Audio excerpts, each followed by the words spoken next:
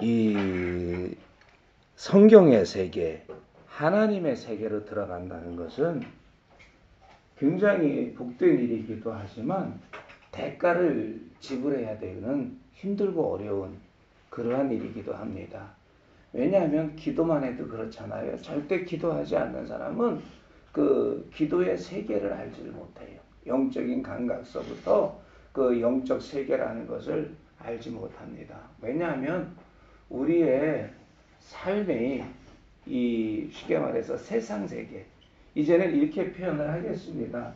하나는 아폴론의 세계, 하나는 헤르메스의 세계, 이렇게 표현을 주로 많이 할게요. 왜냐하면 세상 세계 하면 이렇게 협소하게 생각해서 그러니까 우리가 사는 이 세계를 자꾸 생각하지 이 사유의 세계를 생각하지 않는 것 같아서 이렇게 표현을 하겠습니다.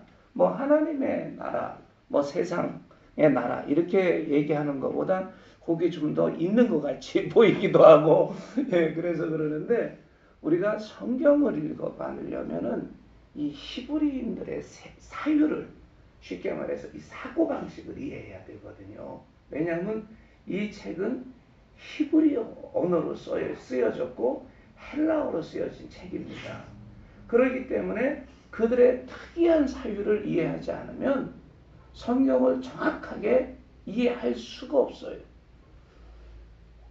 그리고 이 헬라어로 쓰여졌다고 하지만 사실 신약 성경의 학자들 이야기로는 70에서 80%는 히브리어를 그대로 헬라어로 옮겨서 그러니까 구약 성경을 신약 성경에 다시 이렇게 재현해서 기록했다라고 할 정도로 사실은 신약 성경이 구약 성경과 밀접한 관계를 가지고 있거든요.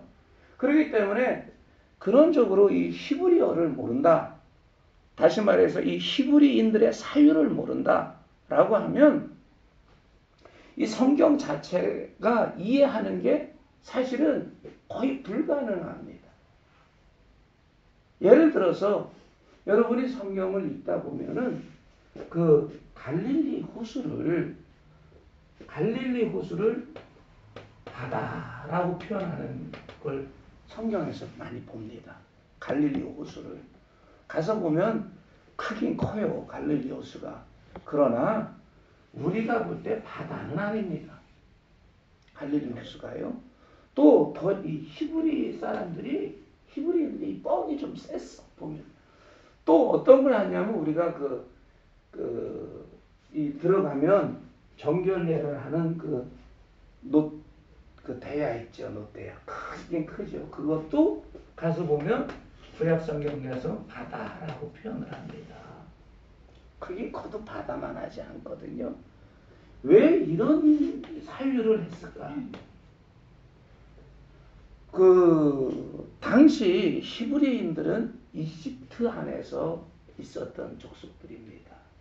그렇기 때문에 이집트라는 것을 지도상으로 보면 이 나일강 같은 건 봤을 수 있지만 바다라는 건 전혀 보지 못했거든요. 네, 바다라는 걸 전혀 보지 못했기 때문에 어떠냐 하면은 이렇게 홍해 바다를 본 것 자체가 충격이었을 겁니다. 그런데 사실 우리가 지금 홍해를 가서 보면 이 만으로서 이 끝이 보여요. 무슨 얘기인지 이해가 되시죠? 이쪽 이집트에서 이쪽에 쓰면 저쪽 홍해 건너가 보입니다. 바다라는 건 우리 수평선으로 쫙 보여야 되잖아. 그런데 그런 정도밖에 안 돼, 홍해 바다가. 그래서 지금은 뭐 버스를 타고서 지하로 해가지고 그 터널이 뚫려져서 그냥 가버리거든요.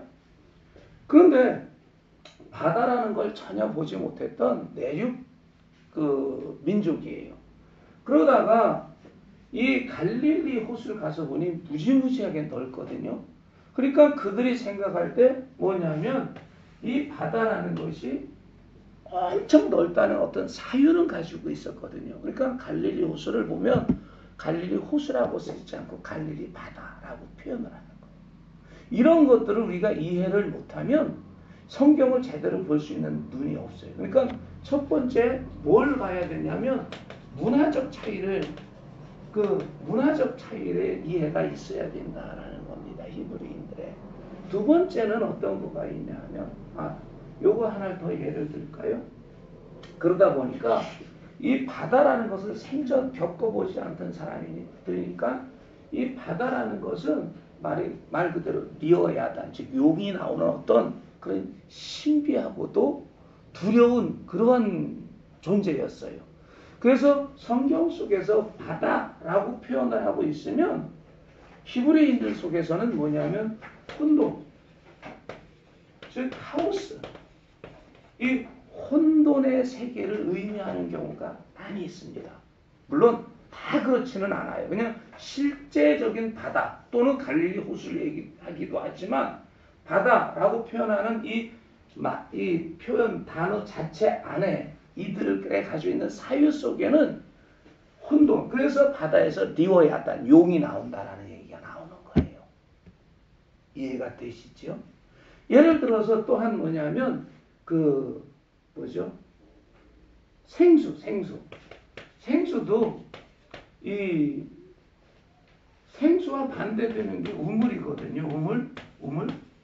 그 생수 같은 경우에는 뭐냐면 우리로 얘기하는 샘물이잖아요. 풍 터져서 철철철 나오는 거잖아요. 그런데 여러분이 가서 보시면 아시겠지만 이들이 가지고 있는 이 살고 있는 땅 자체가 이 우물이라는 개념이 우리의 우물하고는 달라요. 그냥 우리는 이렇게 우물을 파면 그냥 구멍만 뻥 뚫고 여기 이렇게 시멘트로 좀 해놓으면 두레박 위로 내리면 그냥 물을 뜰 수 있잖아. 그쵸? 그냥 뚫러서 하면 이렇게 뒤다 보면 물이 다 있다고. 근데 얘네는 지역 자체가 우물을 판다는 게 어떻게 되냐면 여기 일단 땅이 있어요. 땅. 이 땅이 있는데 우물을 파려면 먼저 여기를 이렇게 넓게 파야 됩니다. 넓게. 그리고 이게 보통 20m 정도에서 길 크게는 50m 정도 파요. 그리고 그 파 내려간 다음에 다시 여기서 다시 팝니다. 다시 어느 정도를 파냐면 약 20m 정도를 팝니다.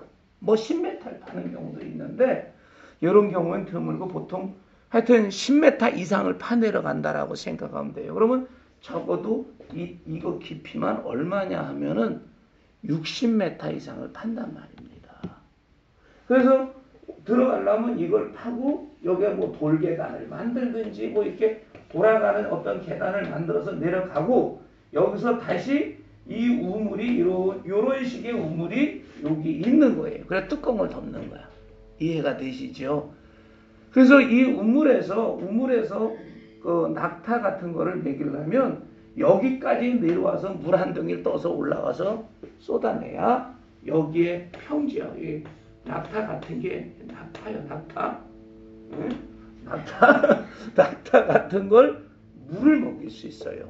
그러니까 여기서 우리가 아브라함의 그 아들 이삭의 며느리를 구하려고 할 때 아브라함의 종이 가가지고 낙타에게 물을 떠서 먹이고 나만이 아니라 낙타에게 물을 떼서 먹이는 사람, 그런 사람을 찾겠다라고 그러잖아. 이건 한마디로 자기를 희생할 수 있는 여인을 찾겠다. 그 안에는 그런 의미가 담겨있다. 그러니까 우리로 봐서는 그런 것을 읽어낼 수가 없단 말이에요. 그래서 이런 식에서 낙타를 여기서 한 50마리를 먹인다고 해봐. 낙타가 좀 많이 먹어요. 그러면 여기 가서 이거 동이를 떠서 쏟아붓고 또 내려가 또 쏟아붓고 또 내려가 또 쏟아붓는단 말이에요. 이것은 노동입니다. 그것도 중노동이에요, 사실. 우리로서는 개념에 잘 이해가지 않지만 여러분 지금도 중동 지방 같은데 아니면 아프리카 사막 같은데 물 한 번 뜨느라고 한낮을 갔다 오잖아요. 양동이 하나 들고. 이런 식의 세계가, 이런 식의 세계가 이들에게 열려 있는 거예요. 그렇기 때문에 우물 하면 뭐가 따라오냐 하면 고난이라는 개념이 함께 따라오는 거예요. 우물을 판다는 건 고난이 되는 거예요. 고난. 그럼 이거와 반대로 생수. 이건 뭡니까? 그냥 땅 속에서 펑 터져 오르는 거잖아. 그쵸? 고생 안 하고 그냥 물을 뜰 수 있잖아요. 그래서 생수는 은혜라는 개념이 이들 사유 속에 들어있어요. 생수라는 거. 그러니까 이런 것들을, 이러한 문화적 차이를 이해를 못한다 라면은 이 성경을 읽어내기가 굉장히 힘듭니다. 왜냐하면 그런데다가 이 성경이 두 가지 큰 사건이 일어나요. 두 가지 큰 사건이, 성경이라는 게. 첫 번째는 선교적 사건입니다. 선교적 사건으로 인해서 성경이 변개가 일어나요. 변개라고 표현할게요. 변개가 일어나요. 예를 들어서 가장 쉬운 예로, 자, 생명의 떡. 우리가 성찬 떡 이러잖아. 떡. 대부분 떡은 어디 개념이야?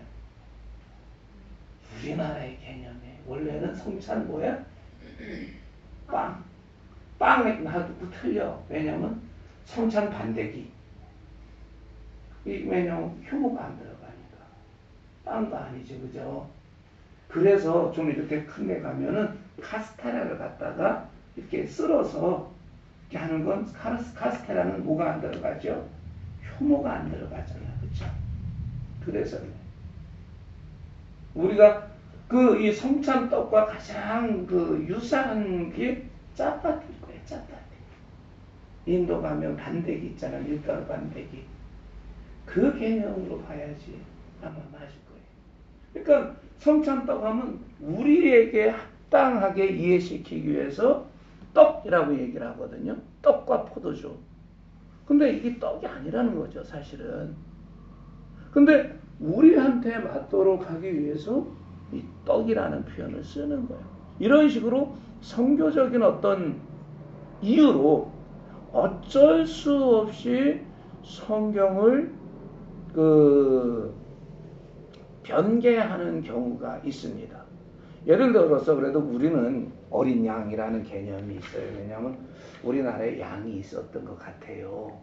그래서 양이라고 하지만 아프리카 쪽에 가면 양이라는 게 전혀 없어요. 그리고 양이 터부시 됩니다. 쉽게 말해서 우리가 인도에서 돼지나 이런 것 같은 개념이에요. 그래서 그렇기 때문에 귀하지를 않아. 근데 돼지가 귀하단 말이야. 돼지가 아주 귀해요. 가장 귀한 게 돼지야. 그렇기 때문에 그쪽에 있는 어떤 부족에는 성경을 번역할 때 어린 돼지 새끼라고 번역을 하는 거예요. 그래야 그들이 읽을 때 정말 값있고 가장 인간에게 유용한 그러한 동물로 받아들일 수 있는 거예요. 만약 양 하면 그들은 양이라는 건 굉장히 터부시하고 지저분하고 이렇게 받아들이게 되거든요. 이해가 되십니까? 그래서 선교적인 변개가 일어난다라는 거예요, 성경이. 그리고 이런 선교적 변개와 더불어서 두 번째 번역상 변개가 어쩔 수 없이 일어나요. 번역상. 그렇잖아요. 이 단어가 우리나라 말로 표현하기 힘든 단어들이 있거든요. 그런 것들을 번역해내기 위해서 삭제. 그게 정말 힘들고 의미가 전체적으로 읽을 때 뭐냐면은 지장이 없다라고 하면 그냥 그거는 삭제되는 거예요. 삭제. 지금 우리가 성경을 보면 여기 우리 개역 개정판에 삭제라고 써 있는 거 있죠. 그게 대부분은 원어 성경에 가면 다 들어 있습니다. 이해가 되시죠? 예. 그래서 이렇게 번역상 변개가 일어나는 경우가 있다. 그리고 나머지 하나는 사실은 학문적으로는 잘 이야기하지 않습니다. 학문적으로는 잘 이야기하지 않지만 정말 성경을 깊이 관심 있게 보려면 좀 들여다봐야 되는 문제가 있습니다. 요거는 학문적 변계와 별도예요. 그래서 다루질 않습니다. 학문에서는. 그러나 정말로 들여다봐야 되는 것이 뭐가 있냐면 이 성경이 쉽게 말해서 이 예수님 이후에 예수님의 그리스도적 신성, 이해가 되시죠? 예수님의 그리스도적 신성을 훼손하기 위하여 의도적 변개가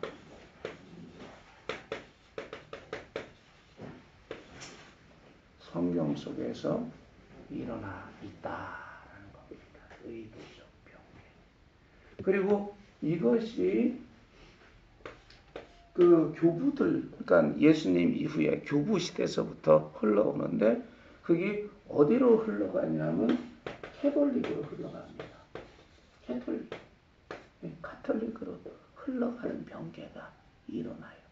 이거는 사실은 예민한 부분이기 때문에 잘 다루지 않습니다만 원어 성경하고 비교해서 볼 때 이 캐톨릭 중심으로 한 세력, 이것이 여러분 종말론을 얘기할 때 그 세계 종교, 이걸 하는 세력들이 예수님 시대 이후에서 태동이 돼서 흘러가고 있다라는 겁니다. 근데 요거는 이제 잘 이야기하지 않죠. 뭐 음모론이다, 뭐 어쩌다, 뭐 이런 얘기 하잖아요. 예, 그러나 분명히 이런 세력들로 인해서 그러니까 의도적 변개가 되어 있는 증거들이 있습니다. 그래서 이 성경이 사실은 원문에서 많이 훼손되어 있어요. 적지 않이. 그래도 원문과 가장 가깝게 해석이 되어 있는 성경이 하나 있는데, 원문과 그것이 뭐냐 하면은 그 킹 제임스 버전으로 흥정역 버전이 있어요. 흥정역.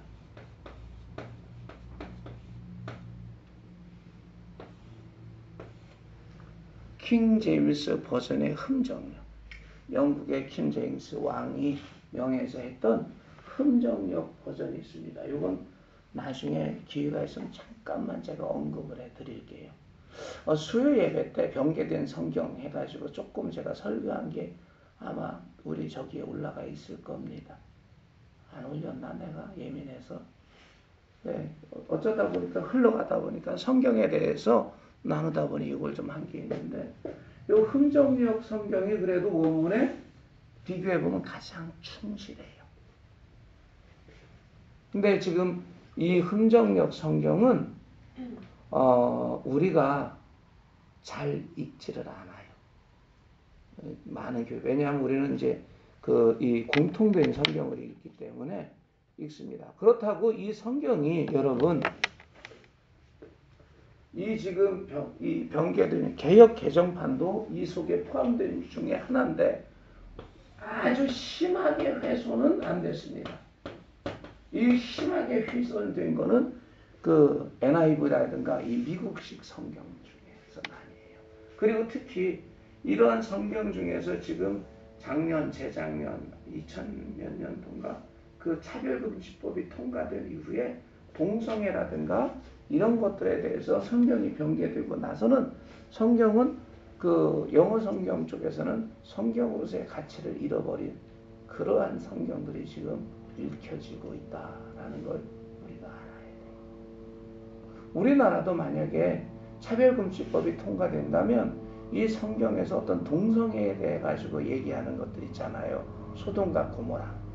그 다음에 그 사사기에서 그 사사가 부인하고 오다가 그 동성애 하려고 하는데 부인을 자기 첩을 내주는 사건이 있잖아요. 이런 얘기들이 변개 내지는 삭제돼야 될 겁니다. 차별금지법이 통과된 성경 안에서. 이해가 되시죠?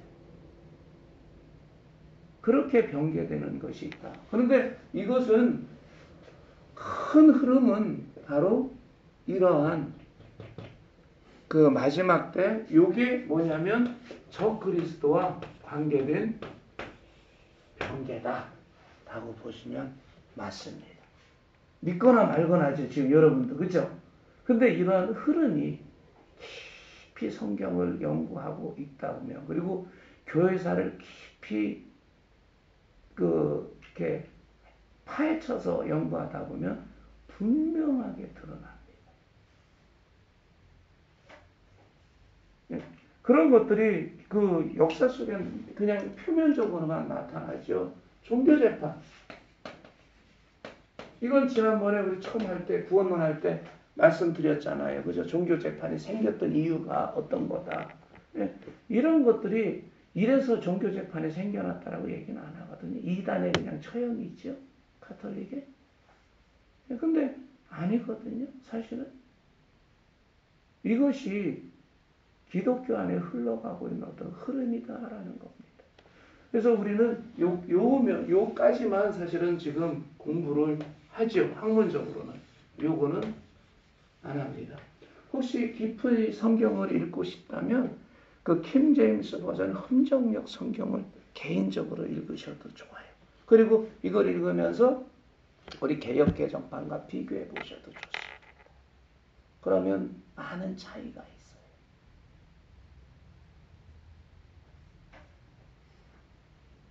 이해가 되시죠? 자, 하여튼 이제 요까지만 말씀을 드리고 이거는 뭐 지금 중요한 게 아니니까. 자, 이런 문화적 차이와 더불어서 이런 변개된 것까지 우리가 얘기를 했는데 문화적 차이와 더불어서 두 번째 우리가 볼 수 있는 게 바로 이 사유, 세계관의 차이다. 이건 다른 말로 철학적 사유라고 할까요?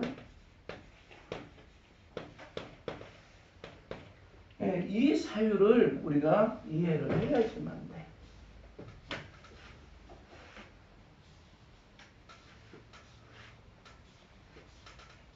이미 한번 말씀을 드렸지만 이 서양 문명에는 크게 두 가지의 사유가 흐르고 있다라고 말씀을 드렸습니다. 이게 이제 세계사라면 세계사가 이렇게 크게 흘러가고 있다면요. 세계사가 여기에 두 가지 사유가 흘러가고 있는데요.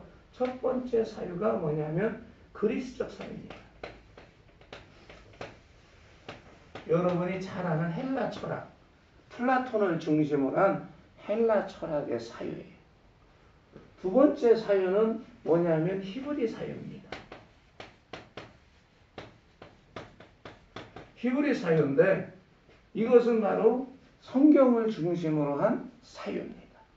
그래서 이 사유 두 개가 지난번에 이거 한번 구원론 할 때 말씀드렸어요. 그리스적 사유가 올라가면 여성성이 강조되고 낭만이라든가 이런 것들이 나타나고요. 히브리적 사유가 표층으로 올라오면은 어떻게 해요? 남성성이 강조되고 여성들에게 이런 통치명 같은 거에서 굴곡이 없던 그런 옷을 입히고 이런다라고 말씀을 드렸는데 이 두 가지 사유가 이게 계속 흘러갑니다. 엎치락 뒤치락 할 뿐이지 그 안에는 뭐가 숨어서 계속 흘러가고 있다. 예를 들어서 이 그리스적 사유가 우리 동양적인 사고로 얘기하냐면 이게 양에 해당돼요.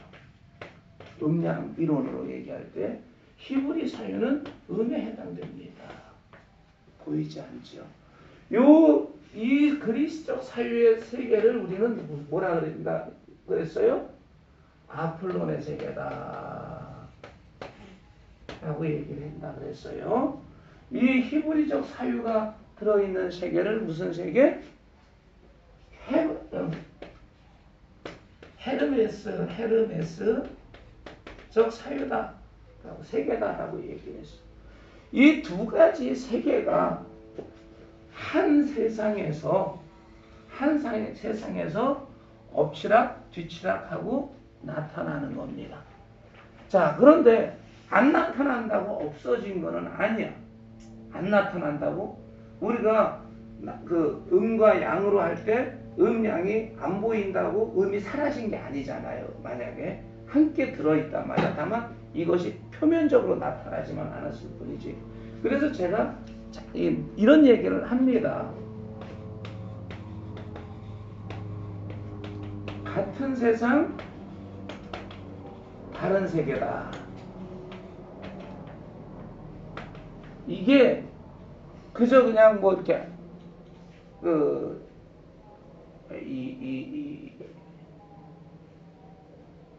그냥 이렇게 뭐 말씀드리는 그런 얘기가 아니에요. 여기에는 사실은 심오한 진리가 있어요. 김동완 교수가 요 말을 쓸 때는 분명히 말을 그 책을 쓸 때 거론하고서 쓰겠다 그랬어. 이걸 자기가 맞다 그러면서 사용할 때는 이 사유의 세계를 이렇게 표현한 건 누구다 라고 자기가 꼭 책을 쓸 때 쓴다고 하면서 이거 저기 가져갔거든. 쓰겠다고. 무슨 얘기냐면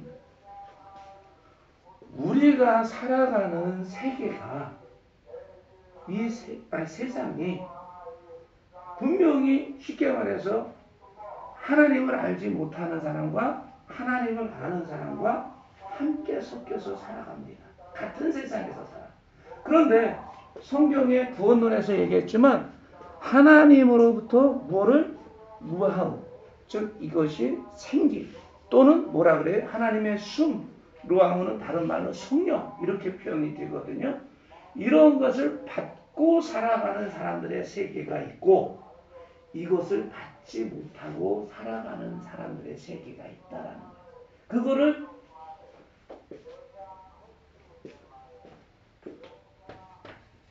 르하우를 받은 사람들의 세계를 우리는 영생을 얻은 자다라고 얘기를 해요. 그죠? 영생을 얻은 자. 그리고 르하우를 받지 못한 사람들은 그냥 육체적 숨을 쉬는 사람들을 우리는 뭐냐면 죽은 자다라고 얘기하는 거예요. 죽은 자. 그래서 성경에서는 이 하나님의 숨결 이렇게 저만 표현하는 거예요. 하나님의 숨결이라고 표현하는 건 저희가 그냥 하는 거지 학문적인 표현은 아닙니다. 하나님의 숨결을 가지고 품고 살아가는 사람들의 세계가 따로 있다라는 거예요. 따로. 그래서 이 세계 같은 세상에서 한 세상이지만 이런 세계를 살아가는 사람이 있다. 이게 여러분 제자 훈련할 때 그 추천 도서로 제가 그 하늘에 속한 사람이라는 책 한번 읽어보세요. 그랬죠. 가지고 계시죠. 읽으셨는지 안 읽으셨는지 모르지만 가지고는 계실 겁니다. 그 사람은 하나님과 그 윈이죠. 윈 형제죠. 그 윈 형제는 이 성령님의 인도하심을 따라서 살아가요. 그 삶이 고난도 있고 어렵고 하지만 결국은 이제 망명할 때까지 동행하신 하나님의 어떤 역사가 쭉 기록되어 있는데 이러한 삶을 살아가는 자가 있는 거예요. 같은 세상이지만 다른 세계죠. 분명히 그죠? 예, 이런 세계를 살아가는 자와 이런 세계를 살아가는 자가 있다. 지금 여러분들은 이 죽은 자의 세계가 아니라 이 르하우를 숨쉬고 있는 자의 삶이다. 영생을 얻은 자다. 그래서 요 르하우를 숨쉬고 있는 사람을 뭐라고 하냐면 그 사도 바울은 그러한 것을 소마라고 로마서에서 표현하고 있다. 즉 우리가 지금 가지고 있는 몸은 우리가 이 르하우를 또 품어냄으로써 우리의 몸은 소마, 영생을 가진 자의 몸이고 요 사람들이 가지고 있는 몸을 뭐라고 얘기하냐면 육. 그래서 요거는 몸. 성경에서는 몸이라고 표현해요. 여기서는 이 죽은 자들이 가지고 있는 이 육체적 숨만, 그러니까 짐승하고 똑같죠. 육체적 숨만 쉬고 있는 이 사람들이 가지고 있는 몸을 로마서에서는 육이다라고 표현을 해요. 근데 이걸 로마서를 읽을 때 헷갈리는 게 보면 나는 쉽게 말해서 이렇게 얘기를 합니다. 나는 몸을 가지고 있는 줄 아는데 내가 나에게서 나타나는 것이 육체의 것이 나타난다라고 얘기를 하거든. 그 고민이죠. 여러분도 그런 고민 하잖아요. 나는 분명히 하나님의 순결을 가지고 있지만 내가 살아가면서 나를 보니까 육신의 것들이 나타난다. 그래서 읽으면 심층적으로 로마서를 읽지 않으면 이 소마와 사르크스가 헷갈려요. 행간을 잘 읽어가면서 의미를 파악해야 이게 보이지 아니면 잘 안 보입니다. 몸으로도 썼다, 그냥 육으로도 썼다, 그렇게만 보이는 거예요. 이해가 되시죠? 그런데 이 두 가지의 세계는 여러분 회개에 있어서 굉장히 중요하게 다가옵니다. 이 두 세계를 가지고 있다는 것은 회개에 있어서 굉장히 중요하게 다가오는데 그럼 이게 어떻게 회개와 연결이 되느냐? 이것이 자 우리가 지난 시간에 회개 왜 오직 회개인가라고도 했고 근데 참 감사한 게 지금 이 성경 공부팀은 주일 설교와 이상에 맞아서 흘러가고 있어요. 참 그것도 하나님의 은혜예요. 자, 지난주에 어떤 얘기를 이 회개를 하기 전에 구원이라는 게 뭐예요? 구원이라는 게 뭐라 그랬어? 우리가 지금 두 번의 설교에 거쳐서 말씀드렸는데 구원은 천국 가는 게 아니라 그렇다고 천국을 안 간다는 게 아니에요. 그건 하나님의 소망, 약속을 가지고 있는 소망 안에 있는 거지만 그리스도인들이 보는 구원, 특히 웨슬리가 보는 구원은 뭐냐?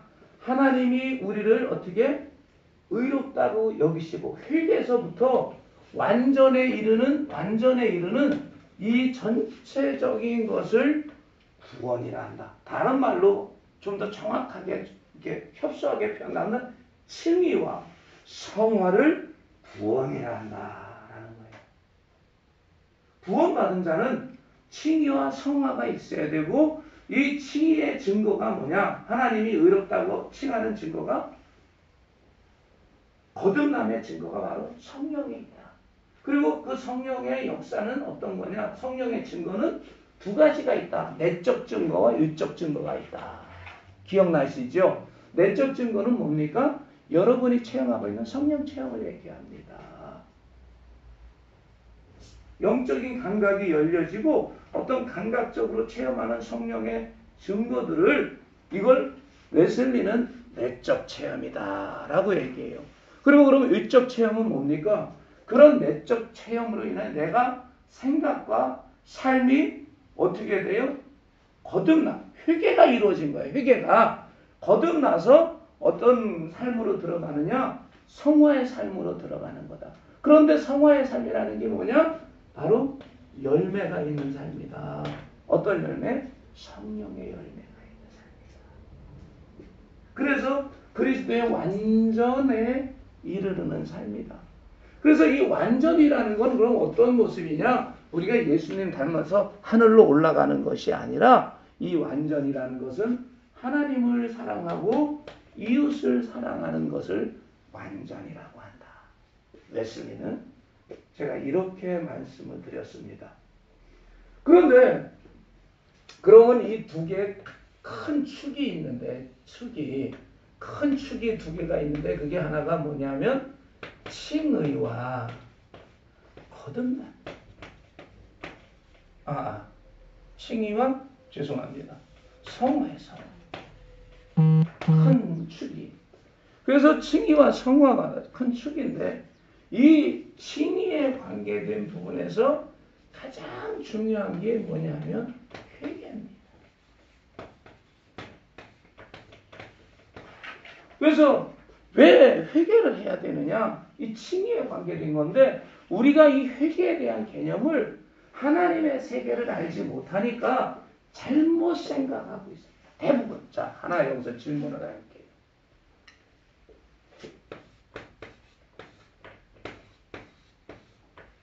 성경에서 죄악이라고 얘기하죠. 글씨를 너무 못 썼나?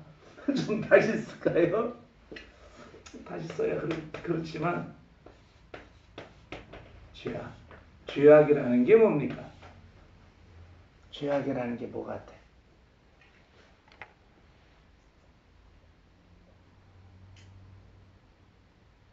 죄는 돼. 그러면 죄악을 모르면 하여튼 나쁜 건 알아, 그죠? 이게. 근데 그럼 이렇게 한번 생각해 보십시오. 죄와 악이 같아요, 틀려요? 달라요? 어떻게 달라요? 다르다. 네. 죄하고 악은 달라요. 맞습니다. 근데 어떻게 다릅니까?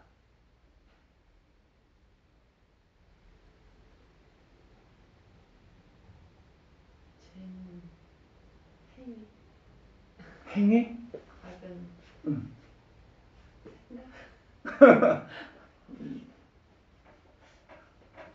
유사해. 네. 거기까지 생각하시는 게 참 대단한 거야. 근데 그게 바뀌어야 돼.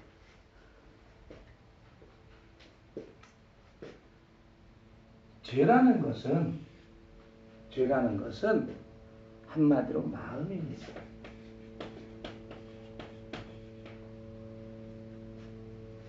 그리고 악이라는 것은 행위예요. 이 죄라는 것은 어디의 세계에 속해 있냐면 말 그대로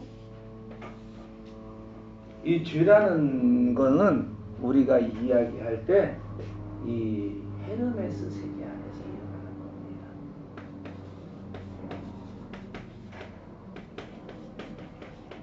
그런데 죄가 마음에서 일어났어. 죄가 마음에서 막 일어나.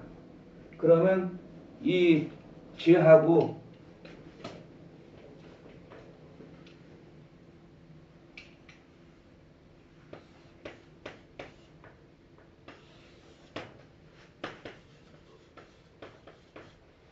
이게 같지 않다라고 말씀드렸어요.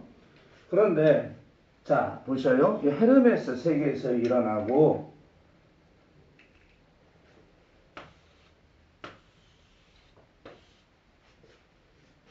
이 그러면 악은 마음이면 요건 행위 알잖아. 그쵸?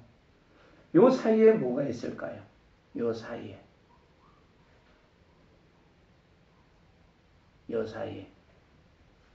사이에 하나의 세계가 있거든요. 이게 바로 생각이라는 세계입니다. 생각이라는 세계인데 여기가 영적 전쟁터야.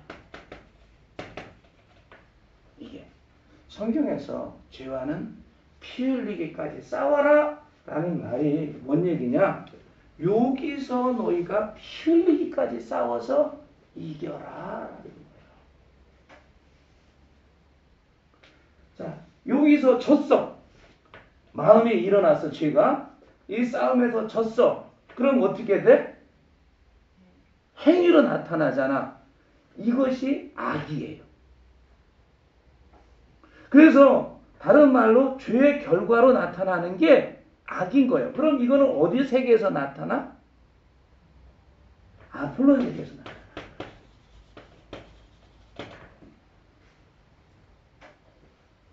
이 사유를 이해를 못하면 회개라는 게 이해가 안 되는 거야. 자, 그래서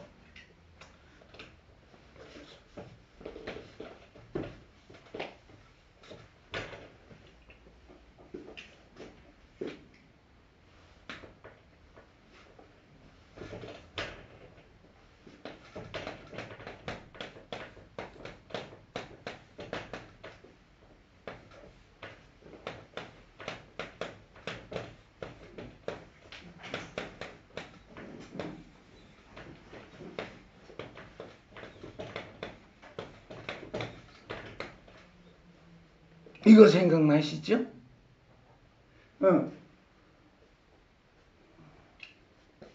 여기서 회심이라는 건 뭐라 그랬어요? 뉘우칠 회와 마음 심자요. 뉘우치는 마음이란 말이야. 말 그대로. 뉘우치는 마음은 무엇을 얘기하냐? 자, 이 행위로 악이 드러났단 말이야. 죄가 잉태되어서 영적 전쟁에서 졌어. 그래서 결과가 뭐가로 일어나? 행위로 드러났어. 그쵸? 드러났기 때문에 이제 그 행위를 가지고 어디로? 하나님 앞에 나와서 뉘우치는 거예요. 뭘로 뉘우쳐? 마음으로 뉘우친 거지. 아유, 내가 왜 그렇게 했을까? 내가 왜 이웃집에서 그 호박을 새벽 기도를 하고 가서 오다가 따왔을까? 얼마나 창피해. 주인이 봤어. 저기 어느 교회 권사래, 집사래.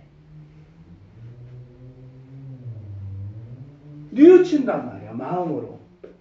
여기 이게 바로 뭐냐면 여러분 우리가 보통 알고 있는 회개라는 개념입니다. 행위를 뉘우치는 것. 마음으로. 그런데 이걸 뭐라 그랬어요? 이거를 명사형으로 하면 뭐라 그랬어요 이게? 요거 회심을. 응? 후회. 의칠회. 마음심하니까 맞아 후회. 뉘우치는 마음이요. 그건 맞아. 근데 이걸 뭐라 그랬어요? 우리가 이 명사력은 메레이라고 표현했죠. 메레이.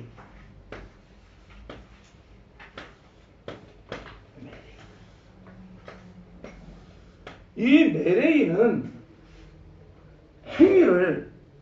행위를 마음으로 뉘우치는 거에 불과합니다. 마음으로 뉘우치다 보니 뭐가 일어나질 않아? 행동에, 즉 몸의 수정이 일어나지 않아요. 행위의 수정이. 그래서 반복하는 겁니다. 그런데 우리가 성경에서 이야기하는 회개라는 게 뭐라고요? 성경에서 이야기하는 회개가 바로 이 두 개를 포함한다라고 제가 말씀을 드렸어요. 이거를 메타네오, 메타노아이라고 얘기한다 그랬죠?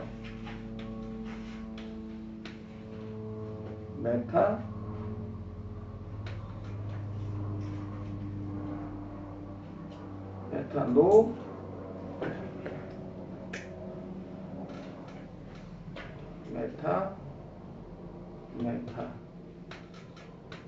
노, 아이.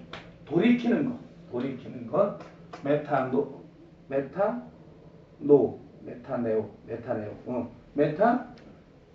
노, 아이. 메타노. 요 메타가 뭐라고요? 메타가 돌리다, 돌이키다, 리턴이란 뜻이라고 그랬어요. 네, 그래서 요 두 개가 함께 가는 건데, 자, 그런데 여러분 다 보셔요.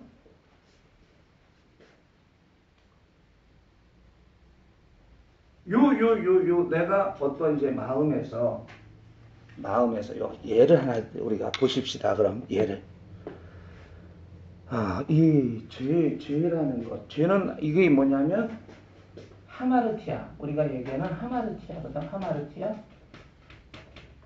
하마르티아 또는 뭐 우리 말로는 하말티아라고도 얘기를 해요. 그리고 그 다음에 이 악은 뭐라 그러냐면 그 파코스다. 파코스. 헬라어로 파코스라 그래. 히브리어는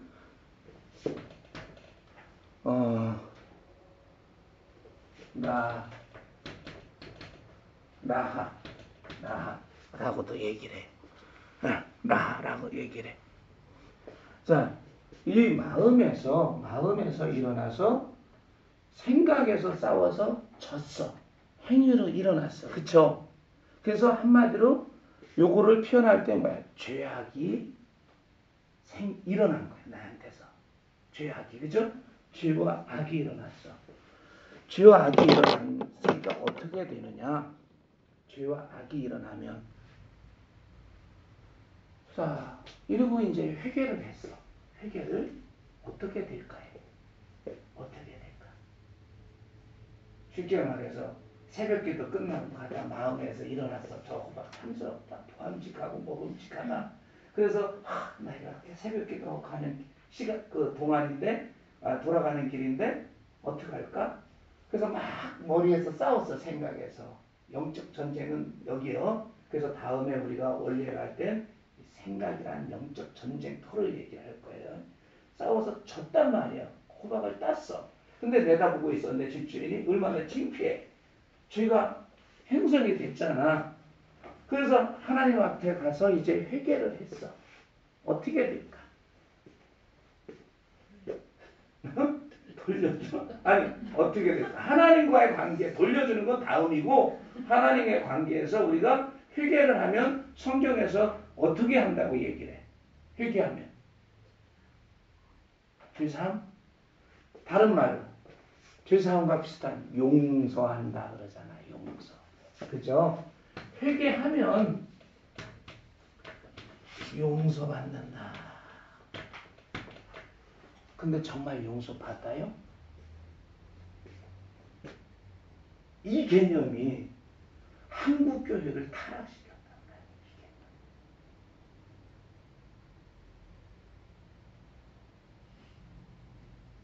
보십시다. 성경을 좀 봐야 돼 그러면. 자, 창세기 가서 보십시다. 우리가 창세기가 왜 중요하냐? 죄를 짓고 나서 제일 먼저 일어난 인간의 타락이 살인이요. 가장 무서운 거죠. 그것도 그냥 살인이 아니라 무슨 살인이요? 형제살인이요. 형제살인. 그렇기 때문에 이 창세기가 아주 중요한 책이요. 창세기만 사실 제대로 이해해도 창세기하고 계시록만 제대로 이해해도 성경 다 이해합니다. 창세기 4장. 창세기 4장 가서 보십시다. 자, 4장 2절부터 요건 한번 읽어 보십시다. 15절까지 함께 읽습니다.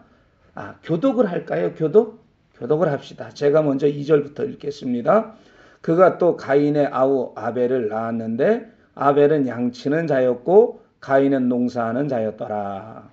세월이 지난 후에 가인은 땅의 수산으로 제물을 삼아 여호와께 드렸고 아벨은 자기도 양의 첫 새끼와 그 기름으로 드렸더니 여호와께서 아벨과 그의 제물을 받으셨으나 가인과 그의 제물은 받지 아니하신지라. 가인이 몹시 분하여 안색이 변하여. 아멘. 자, 가인이 어떻게 돼? 하나님이 받질 않아가지고 몹시 분해. 마음에 죄가 일어났어, 안 일어났어? 일어났어요, 그죠? 안색이 변하면서 마음이 죄가 일어났어. 그러니 여호와 하나님이 그 가인에게 뭐라 그럽니까? 여호와께서 가인에게 이르시되 내가 분하여 함은 어찌 됨이며 안색이 변함은 어찌 됨이냐. 선을 행하면 죄값을 들지 못하겠느냐. 선을 행하지 아니하면 죄가 문에 엎드려져있느니라. 죄가 너를 원하나 너는 죄를 다스릴지니라. 아멘. 자, 죄가 너의 마음을 지금 원하고 있단 말이야. 마음에서 일어나서. 그런데 너는 어떻게 하라고? 죄를 다스려야 한다. 무슨 얘기입니까? 영적 전쟁터에서 싸워서 피 흘리기까지 싸워서 죄를 너가 이겨야 한다라고 말씀하고 계셔요. 근데 그 결과를 가서 보십시다. 자, 가인이 그의 아우 아벨에게 말하고 그들이 들에 있을 때에 가인이 그의 아우 아벨을 쳐 죽이니라. 여호와께서 가인에게 이르시되 내 아우 아벨이 어디 있느냐. 그가 이르되 내가 알지 못하나이다. 내가 내 아우를 지키는 자니까. 아멘. 자, 이거 여기서 쳤어, 그쵸? 져서 결과가 어떻게 나와? 아벨을 쳐서 죽였어. 아벨을 죽였어요. 이 아벨을 죽이고 난 이 죄와 악의 결과 하나님이 이제 거기에 대한 책망이 들어가는 거야. 너 아우 아벨이 어디 있느냐? 라고 하나님께서 묻죠.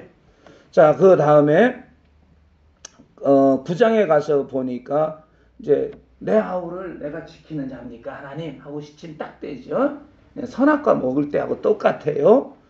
이르시되 내가 무엇을 하였느냐? 내 아우의 핏소리가 땅에서부터 내게 호소하느니라. 땅이 그 입을 벌려 내 손에서부터 내 아우의 피를 받았은즉 내가 땅에서 저주를 받으리니. 내가 밭을 갈아도 땅이 다시는 그 효력을 내게 주지 아니할 것이요 너는 땅에서 피하며 유리하는 자가 되리라. 가인이 여호와께 아뢰되 내 제머리 지기가 너무 무거우리이다. 주께서 오늘 이 지면에서 나를 쫓아내시온즉 내가 주의 낯을 비웁지 못하리니 내가 땅에서 피하며 유리하는 자가 될지라 물은 나를 만나는 자마다 나를 죽이겠나이다. 여호와께서 그에게 이르시되 그렇지 아니하다. 가인을 죽이는 자는 벌을 7배나 받으라 하시고 가인에게 표를 주사 그를 만나는 모든 사람에게서 죽임을 면하게 하시니라. 아멘. 이제 여기 아주 중요한 그 비유가 됩니다. 여기서 창세기 4장 13절에서 죄벌이 어떤 뜻으로 쓰이냐 하면요. 그 죄에 대한 처벌입니다. 죄에 대한 처벌. 근데 죄에 대한 처벌이라고 지금 표현을 하고 있는데 죄에 대한 처벌이라기보다는 악에 대한 처벌이. 근데 성경에서는 여러분 성경의 세계는 어디의 세계다? 성경의 세계는 이 두 가지 세계 속에서 어디를 다루고 있다? 성경은 그렇죠. 이 세계를 다루고 있어. 이 세계. 이 세계를. 그래서 여기가 근원의 세계, 신의 세계, 근본의 세계, 하나님의 나라라는 거야. 그래서 내 영혼이 잘됨 같이 내 영혼이 잘되면 어디 세계의 역사야? 이 세계의 역사란 말이야. 그래서 너의 뭐가? 범사가 잘 되기를 바란다. 여기서 잘 되면 여기도 당연히 잘 되죠. 아멘이시죠? 이 세계에서 여기서 지면 생각해서 지면 결국은 여기 뭐냐? 악한 행위가 나오는 거야. 그죠? 지면 나오는 거란 말이야. 그러니까 성경에서는 이 세계는 사실 중요하지 않아요. 이 육신의 세계는 쉽게 말해서 사르크스가 살아가는 이 세계는 중요하지 않아. 이 세계를 얘기하고 있는 거거든. 성경은 항상. 그래서 구태여 특별하지 않은 악이라고 표현 안 해. 죄라고 하면은 여기서 죄에서 너가 지면 이건 당연히 나오는 거거든. 그쵸? 그런데 생각을 해보셔요. 이 여기서 죄라고 하는 게 뭐라고? 하말티아라고 했어. 이 하말티아라는 것은 뜻이 어떤 거냐?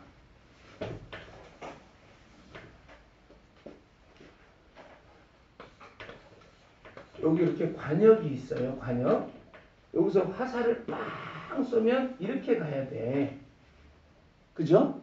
그런데 여기서 이제 출발선이 이렇게인데 이게 인생이에요. 인생. 어떤 한 사람의. 근데 이렇게 가야 되는데 이 사람이 점점 이렇게 가는 거예요. 이렇게. 이걸 하마르티아라고 해요. 하마르티아. 그래서 성경에서 죄라고 얘기하면 이 차에 죽인 행위를 얘기하는 게 아니란 말이에요. 왜? 이거는 세계가 다른 세계예요. 이해가 가시죠?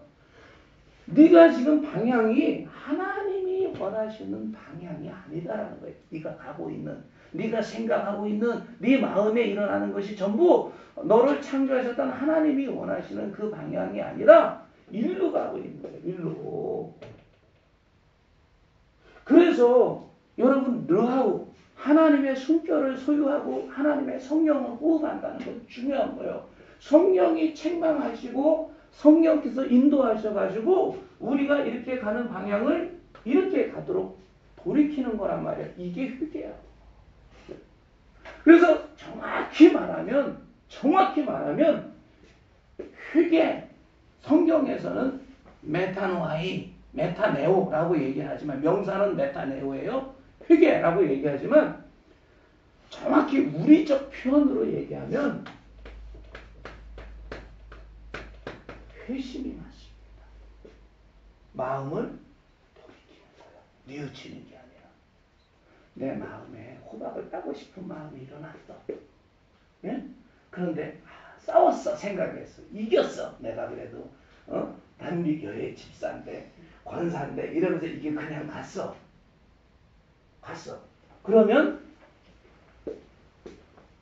회심이 일어난 거죠. 그쵸?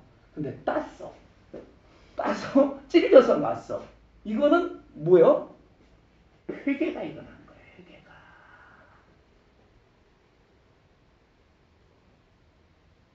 근데 여기에 중요한 차이가 있습니다. 자, 오늘 본문을 보면은 카인은 회개를 한 사람입니까? 안 한 사람입니까?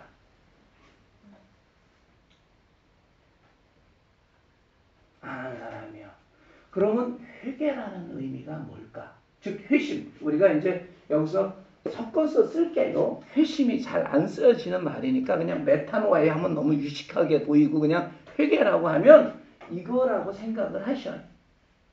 그냥 이거와 이게 동반된다고 생각하죠. 회심하면 자꾸 헷갈리니까 그럼 우리 이제 공부를 했으니까 메타네오라고 그냥 쓸까요? 이게 중요한 거거든. 자, 보셔요. 여기서 회심을 해서 이렇게 갔을 때 용서함을 받는다는 건 나에게서 르하우를 걷어가지 않는 거예요. 그래서 하나님과의 어떤 교통이 계속 되는 겁니다. 그런데 내 마음에서 이겼으니까 죄의 결과가 있어 없어? 악이 없어요. 그러니까 하나님의 보응이 있어 없어? 없어. 죄에서 회개를 하면 하나님의 징계가 나타나지 않습니다.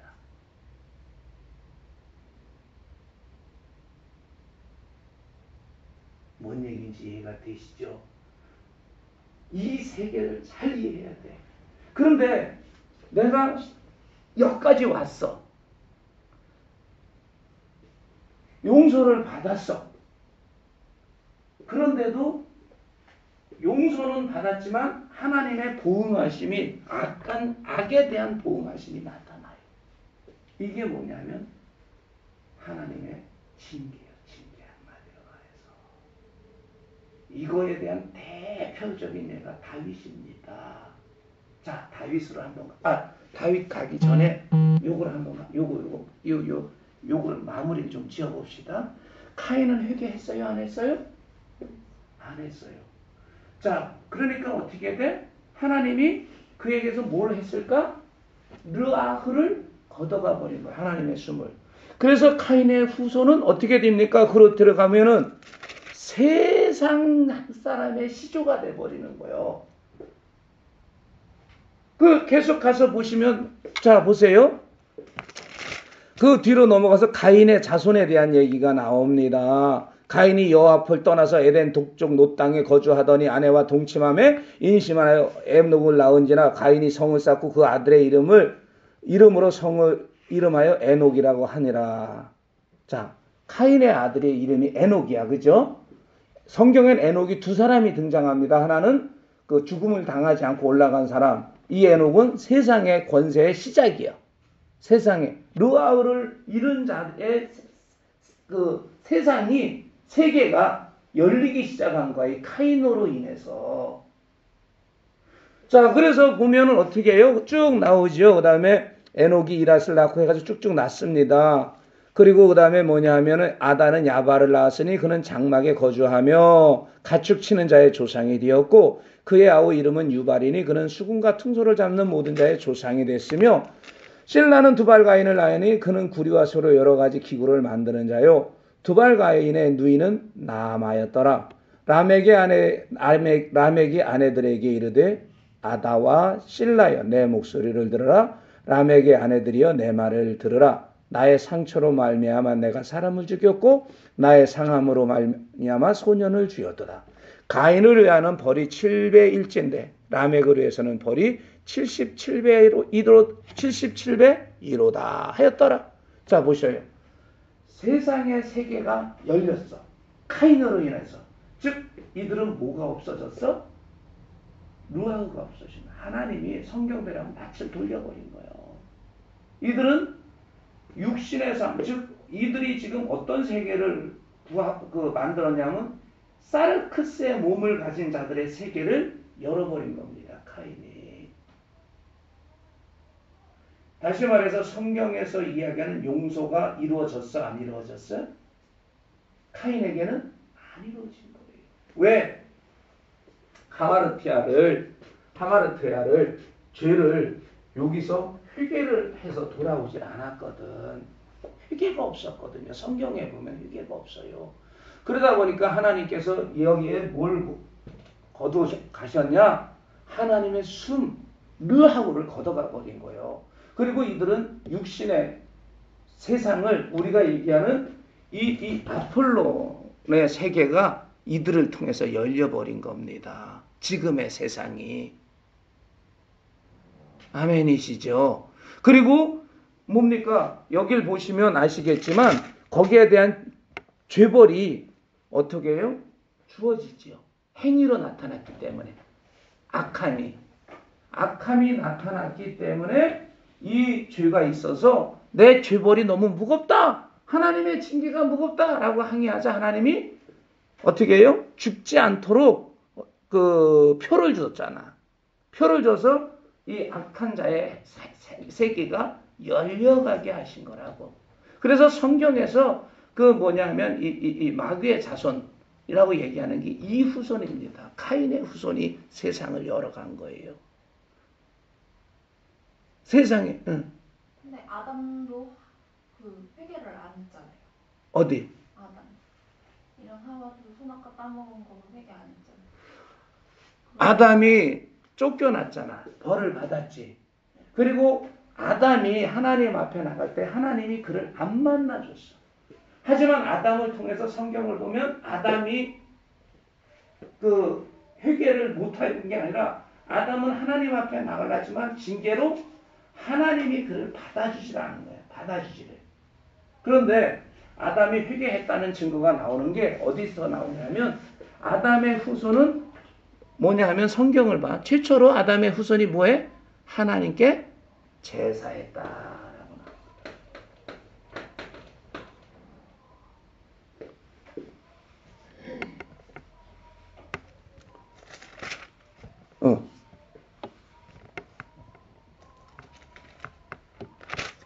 그래서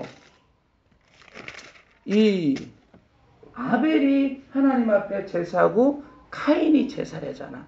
아담은 못했어. 자, 아담이 제사를 안 했는데 카인과 아벨이 제사할 줄 알까 모를까? 응? 했으니까요. 한단 말이야. 성경엔 다만 표현을 안 했을 뿐이지 아담은 끊임없이 하나님과의 어떤 교통을 하려고 했었단 말이야. 근데 하나님이 안 받아줬어. 근데 아담의 죄가 끝나는 아벨과 카인에게서 제사를 한데 하나님이 받으셨다.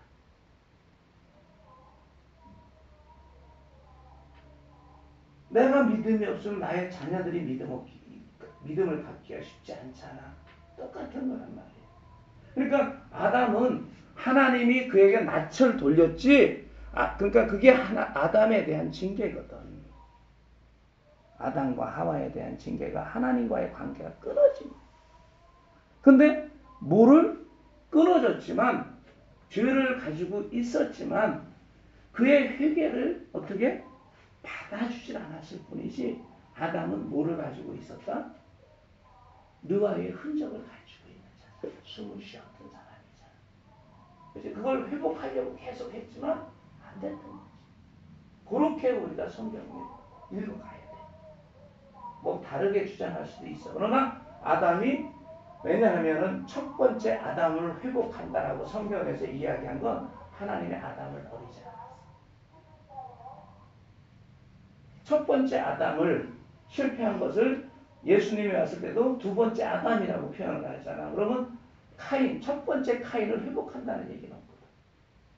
전체적인 것을 볼 때 그렇게 봐야 돼. 그렇게. 자, 그렇게 해서 카인은 악을 여는 시초자가 돼. 그러니까 이 아폴론의 세계를 여는 첫째 사람이 되는 거예요. 그리고 문명이라는 걸 열어가는 거야. 세상 문명이라는 걸. 이게 성경에서 이야기하고 있거든. 그리고 그의 자손들은 어떻게 하나님께 제사를 하는 은혜가 하나님이 제사를 했다는 건 뭐야? 만나주셨다 안 만나주셨다? 만나주셨다. 이제 너는 안 받지만 너의 후손의 제사는 내가 받겠다라는 거야.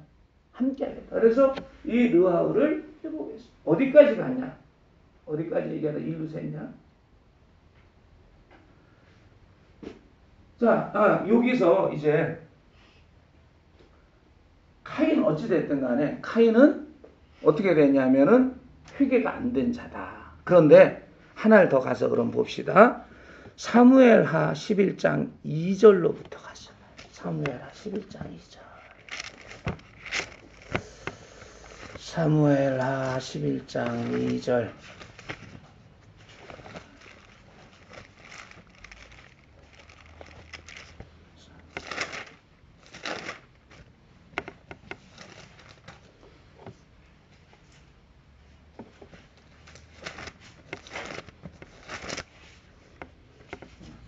예.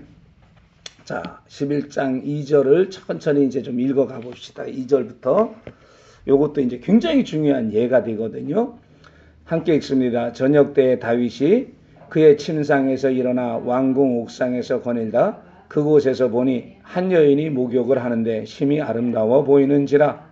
다윗이 사람을 보내 그 여인을 알아하였더니 그가 아뢰되 그는 엘리암의 딸이요 햇사람 우리아의 아내 밧세바가 아니니까 하니, 다윗이 전령을 보내어 그 여자를 자기에게로 데려오게 하고 그 여자가 그 부정함을 깨끗하게 하였으므로 더불어 동침함에 그 여자가 자기 집으로 돌아가니라.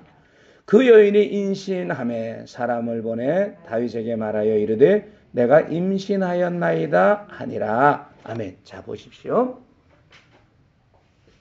옥상에 올라가서 봤더니 뭐가 보여? 목욕하는 여인이 봤어. 자, 보는 순간에 이 생각에 어떤 생각이 일어나? 뭔가 복잡한 생각이 일어났어. 그래서 여기서 이겼어? 졌어? 졌어. 그랬는데 하필이면 졌는데 완전 범죄가 안 되려고 이 밧세바가 어떻게 돼? 임신을 해버렸네. 임신을. 아유, 우리아가 없는데 임신을 했으니 이게 문제가 되잖아. 그쵸? 자, 그러면 여기까지 왔어요. 여기까지 왔습니다.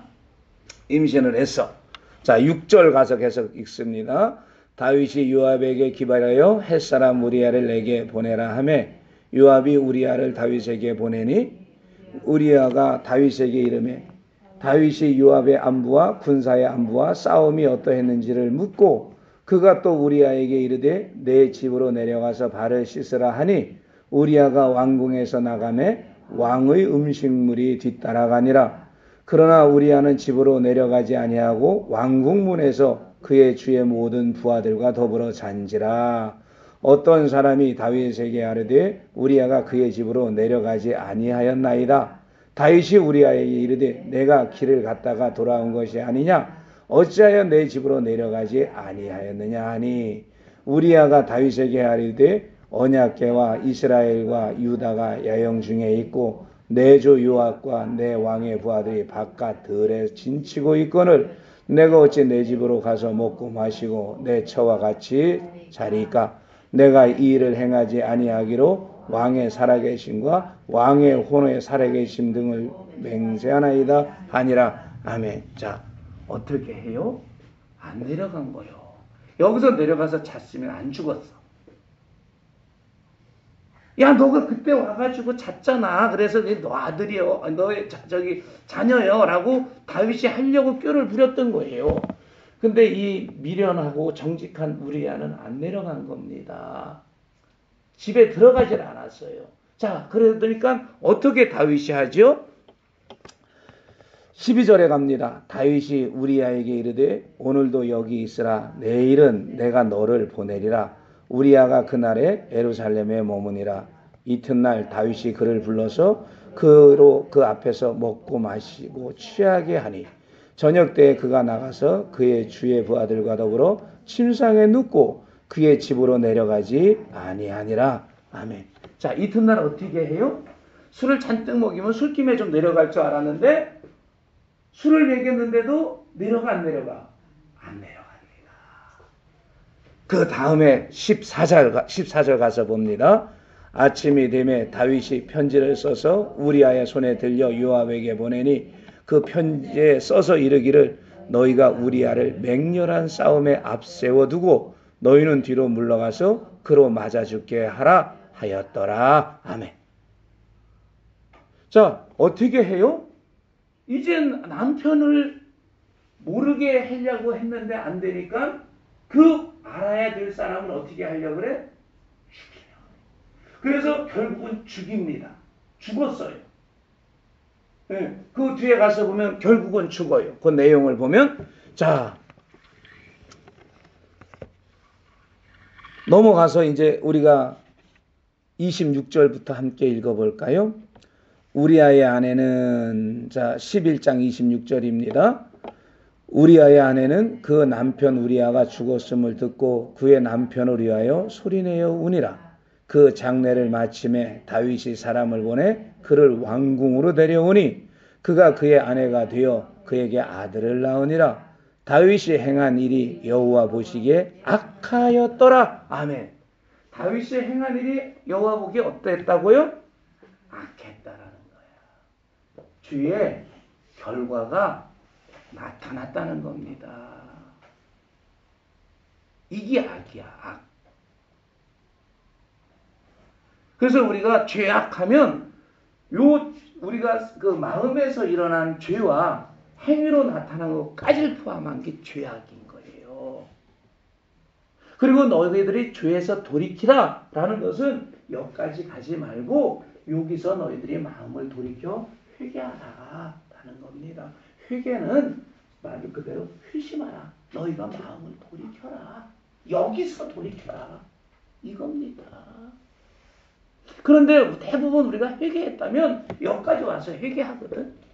그쵸? 여기까지 와가지고 그 다음에 천부여 의지 없어서 손 들고 옵니다. 콧물 눈물 다 한다고. 그런데 회개를 했는데 그 결과가 어떻게 됩니까? 하나님이 용서하셨어 라고 본인은 생각해. 하나님이 용서하셨어 라고 생각하지만 자 용서하셨어요? 안 하셨어요? 한 것 같아? 안 한 것 같아? 여러분 생각하기에 그렇게 하고 여러분이 생각하기에는 회개했어. 응? 그럼 용서하신 것 같아? 안 한 것 같아? 네. 맞아요. 용서를 한다는 것은 르하우를 걷어가지 않는 거예요. 하나님의 용서는 하나님과의 관계를 지속할 수 있는 은혜를 주신 겁니다. 닫는 게 아니에요. 하나님이 너를 향해서 낯을 돌리지 않는 게 용서예요. 이 관계에서 나는 너하고의 관계를 계속 하겠다. 너가 회개했으니까. 그러나 너가 한 이 악함에 대해서는 너가 대가를 치러라라는 거예요. 이게 하나님의 공입니다. 봉이고요. 카인은 회개를 안 했어요. 그래서 대가도 치르고 이 르하우를 하나님의 숨을 회복했어 안 했다? 못했어.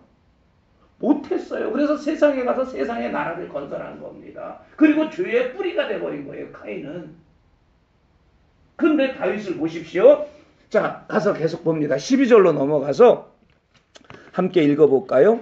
여호와께서 나단을 다윗에게 보내시니 그가 다윗에게 가서 그에게 이르되 한 성읍에 두 사람이 있는데 한 사람은 부하고 한 사람은 가난하니. 자, 생략합니다. 쭉 넘어가셔요. 쭉 넘어가셔서 7절입니다. 나단이 다윗에게 이르되 당신이 그 사람이라. 이스라엘의 하나님 여호와께서 이와 같이 이르시기를 내가 너를 이스라엘 왕으로 기름 붓기 위하여 너를 사울의 손에서 구원하고 내 주인의 집을 내게 주고 내 주인의 아내들을 내 품에 두고 이스라엘과 유다 족속을 내게 맡겼느니라. 만일 그것이 부족하였을 것 같으면 내가 내게 이것저것을 더 주었으리라. 그런데 어찌하여 내가 여호와의 말씀을 업신여기고 나 보기에 악을 행하였느냐. 내가 칼로 햇사람 우리아를 치되 암몬 자손의 칼로 죽이고 그의 아내를 빼앗아 내 아내로 삼았도다.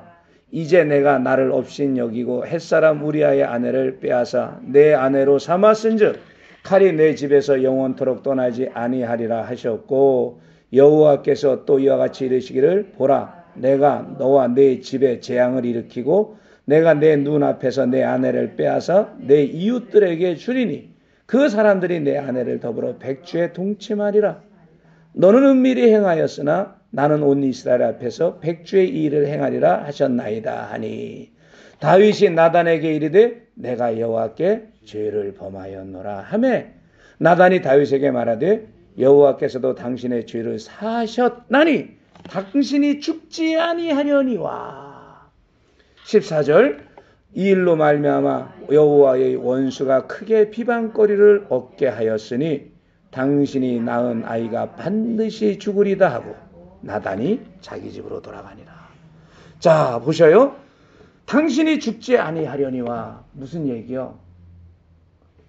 하나님 앞에 용서를 빌었어 안 빌었어? 회개했어 안 했어? 했어요. 그랬더니 나단이 뭐라 그래? 당신이 죽지 않는다 그랬어. 여기서 죽지 않는다는 건 다윗의 생명을 뺏는다는 게 아니에요. 뭡니까? 하나님의 숨 르하우를 소멸시키지 않겠다는 거예요. 이거를 알아야 되는 거예요. 근데 여기서 잘못 읽어내면 이 죄로 인해서 해결 안 했으면 다윗을 하나님이 어떻게 목숨을 뺏는다. 육체적인 목숨을 뺏는다라고 해석하거든. 대부분의 사람들이. 그게 아니란 말이에요. 그래서 이 세계를 모르면 성경이 안 보이는 거예요. 그런데 내가 르아우를 소멸시키지는 않지만 어떻게 한다고? 첫 번째 어떻게 한다고? 내 집에서 그 칼이 영원히 떠나지 않는다. 그래서 다윗의 이후로 다윗의 후손들이 칼로 계속 치고받고 싸웁니다. 대표적인 게 압살롬의 반란이지요. 그 아들. 두 번째 어떤 게 돼요? 내 집에 재앙을 일으키고 세 번째 내 아내를 빼앗아 이웃들에게 주겠다. 압살롬이 백주에 그들의 추종하는 자들과 함께 다윗의 후궁들을 백주에 다윗이 우리아를 범했던 그 옥상에서 보았던 그 옥상에서 천막을 치고 범해버리고 말이죠. 백주에 하나님이 하겠다는 그대로 이루어집니다. 그리고 그 다음에 바로 누굽니까? 밧세바에게서 낳았던 아이를 어떻게 내가 생명을 데려가겠다. 자, 하나님의 보응하심이 있어요, 없어요? 있어요. 그래서 여기다 뭐라 그래? 내가 죄를 범하였은즉 얘기를 안 합니다. 뭐라 그래? 악을 행하였은즉이라고 말씀하는 거예요. 악을 행하였어. 죄에서 졌단 말이에요. 죄에서 졌기 때문에 악을 행했어요. 결과. 그래서 여기에 대한 보응이 하나님의 징계가 또는 심판이 있다. 근데 우리는 여기까지 와서 회개를 하면 이것이 사라질 거라고 생각해. 하나님의 보응이 천만의 말씀 만만의 공덕이에요. 그러면 하나님은 공의의 하나님이 아니게요. 심은 대로 거두게 하시는 하나님이시라고 성경에 분명히 말씀하거든요. 그런데 대부분 사람들은 이 헤르메스의 세계와 아폴론의 세계가 한 세계로 뭉쳐버리니까 이걸 이렇게 해석을 해버리고 마는 거예요. 죽는 것도 어떻게? 다윗의 생명을 빼앗는다라고 생각을 하거든요. 성경에서는 죽는다라고 얘기하면 대부분 전부는 아닙니다. 대부분 하나님의 숨, 즉 하나님의 관계가 단절된 걸 말합니다. 이해가 되십니까? 그게 죽는 거예요. 그게. 그런데 우리는 죽는다라고 하면 그 관계 단절을 생각하지 않고 정말 생명이 끊어지는 걸로 얘기하거든. 창세기에서도 너희가 선악과를 먹으면 어떻게? 정령 죽을 거다. 이것은 뭐냐고 하면은 너가 르하우 하나님의 숨을 쉬고 있는 것들을 잃어버릴 거다. 소멸될 거다. 성령을 잃어버릴 거다라는 거거든. 그래서 너희가 회개하고 죄를 자복하면 성령을 받는다. 즉 내가 하마르티아 방향을 잘못 갔습니다라고 회개를 하면 하나님께서 어떻게 네에게 방향을 성령께서 이렇게 회개해서 돌아오면 뭘 준다? 성령을 부으신다. 이 성령이 바로 르하우요, 숨이요, 하나님의 숨. 다른 거 아닙니다.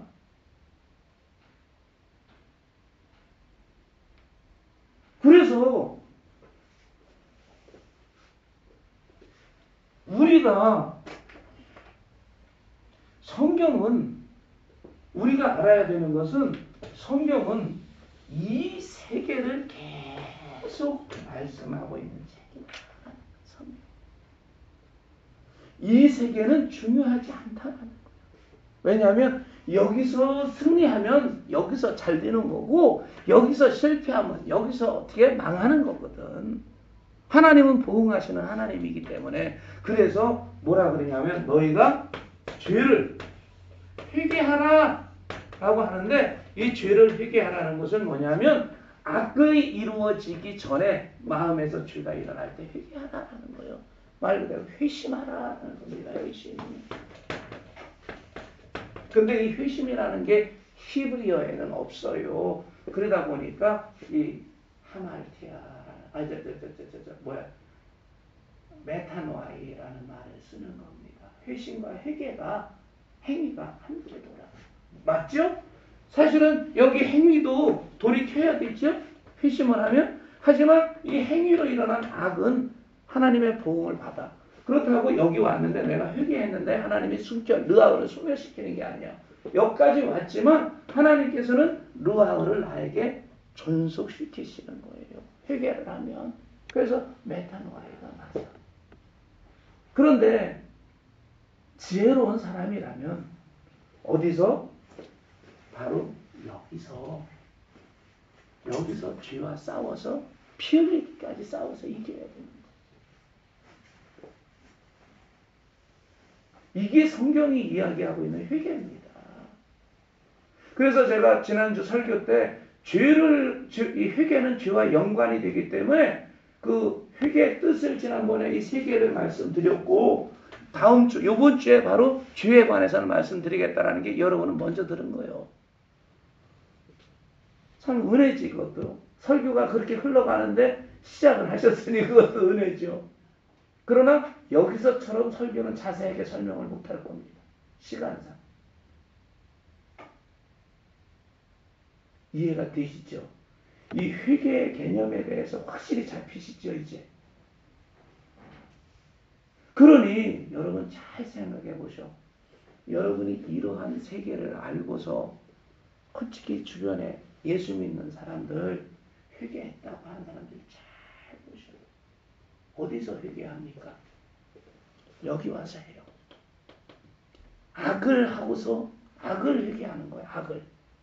악으로 만들어진 다음에 회개하는데 그러면 내가 악이 만들어진 다음에 회개하고서 이 악에 대한 하나님의 처벌이 징계가 사라지기를 원한다. 이거 도둑놈 신본 거예요.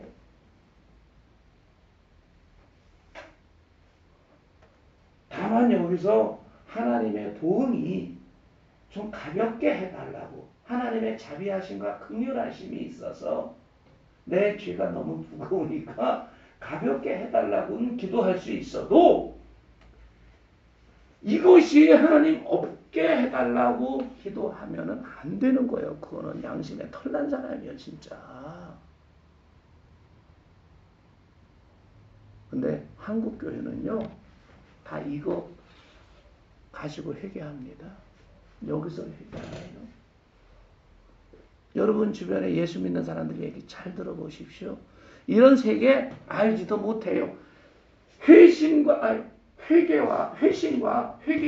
회심이 있다는 것도 모릅니다. 그냥 회개하면 그냥 다 잘못한 거 돌이킨 걸로 알지. 단선적이라고. 왜? 예수 믿는 세계가 헤르메스와 아폴론의 세계로 나눠져 있다는 걸 모르는 거예요. 이 세계를 그러니까 성경을 쓴 이 사람들의 세계관이 이런 세계관으로 나눠져 가지고 이 성경을 기록했다는 걸 이들은 몰라요. 그러니까 이 세계, 이 아폴론 세계에서 단일 세계관에서 성경을 해석을 하다 보니까 성경이 무리하게 해석이 되는 겁니다. 제대로 해석이 안 되고 죽으면 육신이 죽는 걸로 해석이 되고 이렇게 되는 거죠.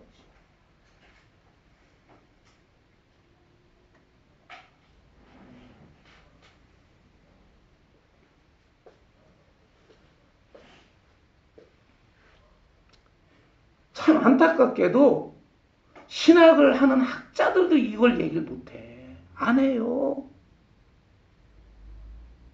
왜? 이들도 신앙을 가지고 보질 못하거든. 그러면서 이 히브리인들의 세계를 쉽게 말해서 내가 뭐 성서 신학하면 성경만 파는 거지 히브리인들의 문화를 보려고 하질 않거든요. 딱 막힌 거야. 자기만 가서 공부한 그거. 그래가지고 신학자들의 신학을 갖다가 연구해서 누구 이렇게 얘기했는데 신학이 이런데 나는 이렇게 주장한다고 이렇게 할 뿐이지 전체적인 이 히브리인들의 세계 그 다음에 세상의 세계를 알지 못해. 못 보는 거야. 못 보는 거.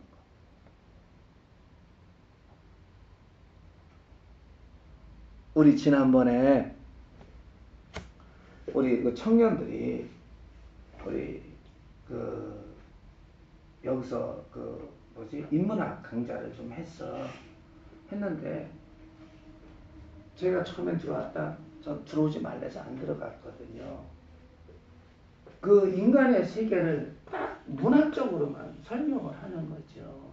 문학적으로만. 이분은 문학만 했으니까. 근데 저는 여기 들어가면 툭 튀어들어가가지고 신학을 이야기하고 성경을 이야기하고 심리학을 이야기하니까 완전 부담스러우셨나 봐. 왜냐면 자기하고 관계없는 학문이잖아요. 이쪽을. 어떤 변증할 수 있는 게 없잖아. 내가 주장하면 그걸로 끝이잖아. 가잖아. 우리 청년들은 내가 또 목사다 보니까 어떻게 그런가 보다 다 동일하네. 그래가지고 부담이 좀 되셨었나 봐요. 그래서 그 다음에 제가 안 들어갔습니다. 몇 번 들어갔다가. 이 세계, 하나님의 세계, 이 세계의 눈을 뜨십시오. 그러면 하나님의 말씀이 보입니다. 그리고 그 말씀을 우리를 자유롭게 합니다. 아멘이시죠? 그래서 여기까지 가지 마시고 여기서 해결을 하시면 여기는 자동적으로 해결이 된다. 우리가 기도하는 행위도 뭡니까? 여기 세계잖아요. 말씀에 읽고 따라가서 순종하는 것도 어딥니까? 여기잖아요. 다. 아멘이시죠? 그러니까 성경은 이쪽을 설명하는 거예요. 여기는 성경이 설명 안 해도 많아. 철학 서적도 있고 문학 서적도 있고 등등등.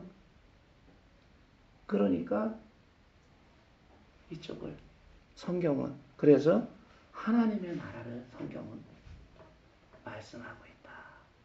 즉 하늘 가는 길을 안내하고 있는 책이다. 다른 말로 헤르메스의 세계로 들어가는 길을 안내하는 책이다라는 겁니다. 아멘이시죠?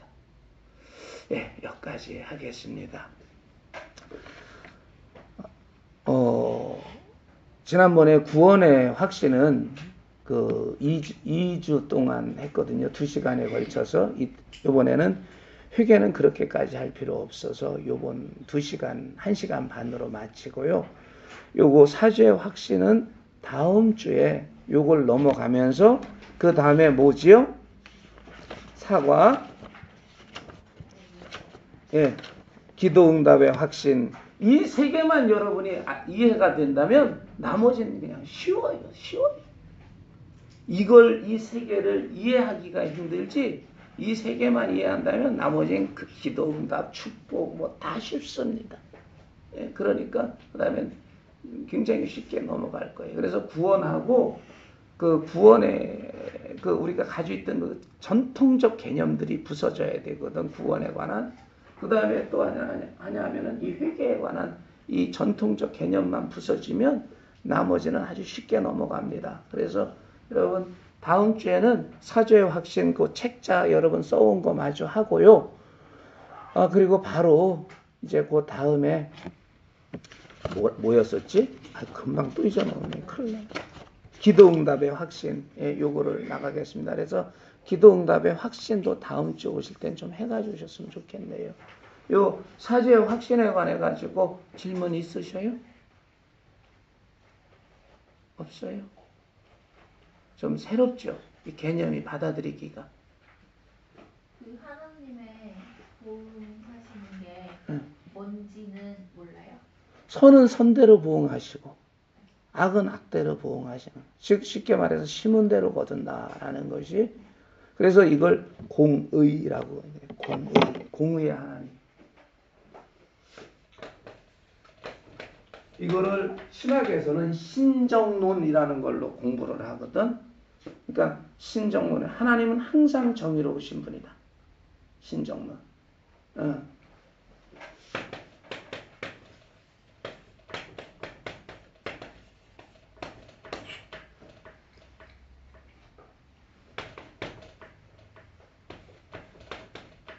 신정론이라고 해서 공부를 하는데 나한테 그러니까 제가 만약에 죄를 졌어요. 응.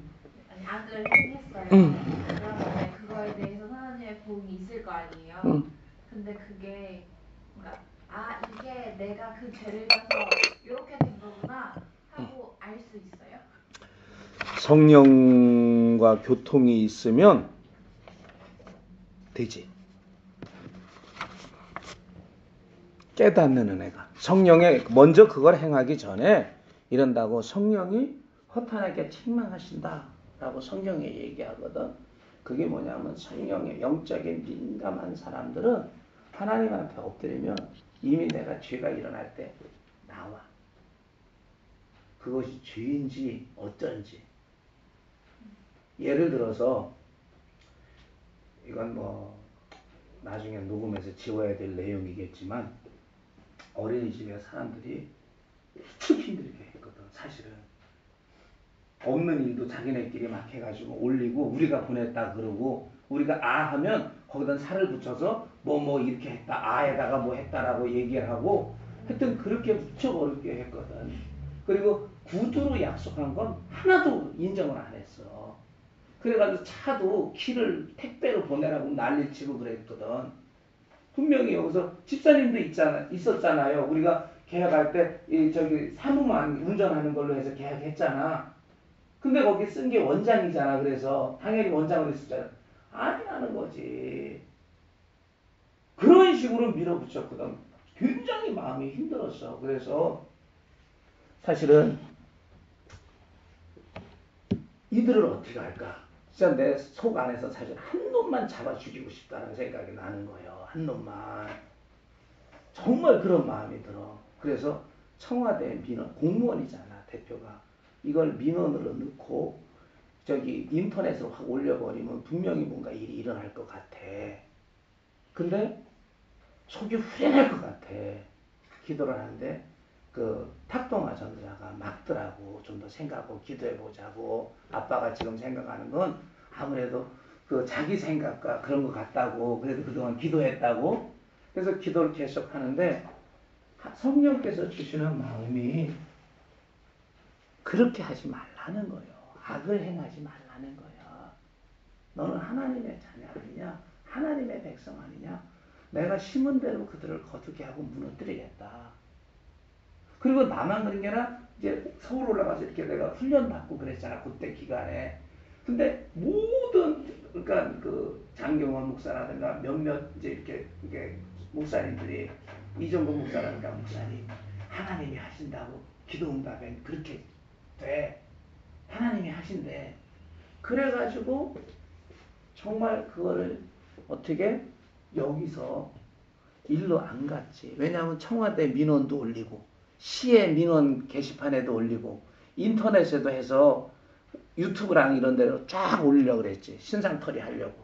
막말로 이렇게 계약이 돼 있는데 치고 들어왔다. 아직 왜냐하면 우리가 주장할 수 있는 게 그들은 자기네가 조합원이고 우리는 발기인이라는 거예요. 근데 그들이 큰 오류를 하나 가지고 있었던 게 뭐냐면 조합원이 아직 조합이 완성이 안 됐거든. 2년, 3년째 됐어도 조합이 완성되면 조합증이 나오거든. 근데 자기네는 조합이 됐다고 주장을 하고 우리는 발기인이니까 발기인으로서의 역할이 끝났다고 조합이 완성됐으니까 그렇게 했지만 그걸 치고 들어가면 우리가 이겨.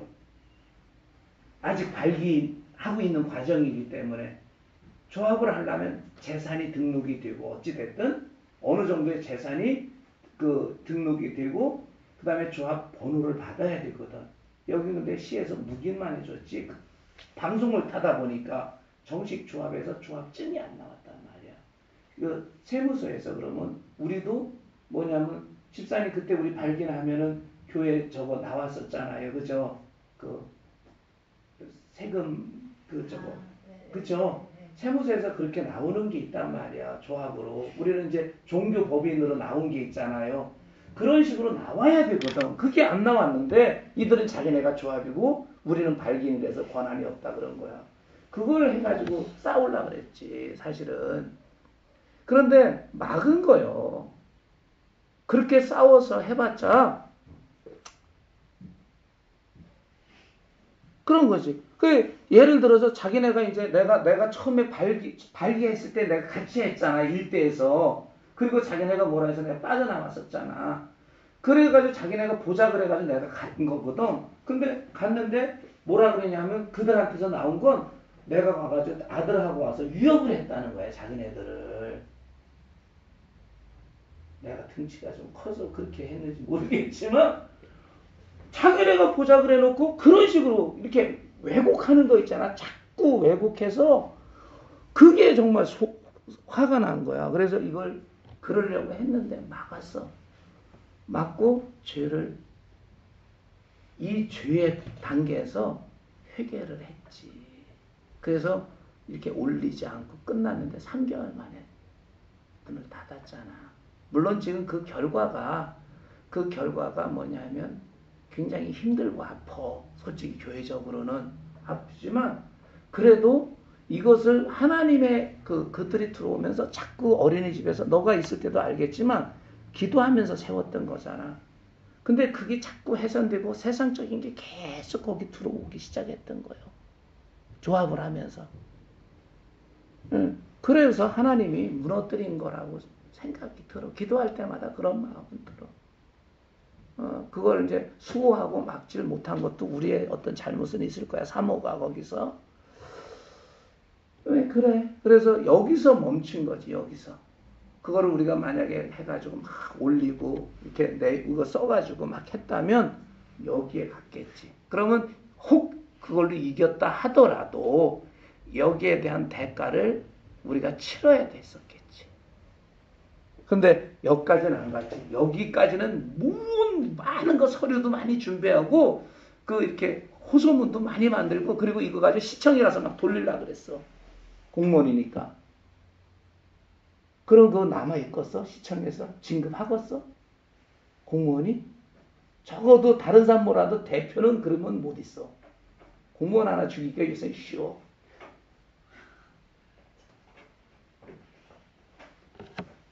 근데 그거를 안 한 거예요. 그러니까 여기서 돌이킨 거지, 우리도. 그거예요. 그렇게 돌이키면 돼. 그러니까 여기까지 가지 않으면 돼. 성경은 여기는 여기서 이기고 지고해서 나온 결과라고 봐, 이 세계는. 여기서 이기면 여기서 잘 되고, 여기서 지면 여기서 대가를 치르는 거고. 그러니까 성경에서 세계는 이 세계를 얘기하는 거야. 성경은 전부 이 세계야. 여기는 사실 중요하지 않아, 성경에서. 이해가 돼? 자, 조금 늦었습니다. 얘기를 하다 보니까. 수고들 하셨고요. 우리 집사님 다 드시죠? 하셨으니까.